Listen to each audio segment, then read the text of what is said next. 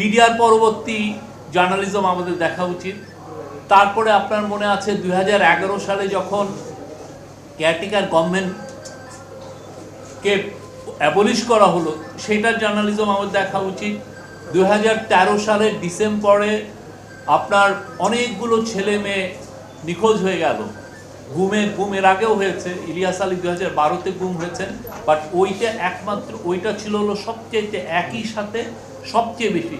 আপনি দেখেন কয়টা পত্রিকা রিপোর্ট করেছে, এবং এটা যখন রিপোর্টগুলো আসা শুরু হলো, কারা কারা আবার এই রিপোর্টগুলো নিয়ে, এই লোকগুলোকে নিয়ে কটূক্তি করেছে, কোন কোন সাংবাদিক।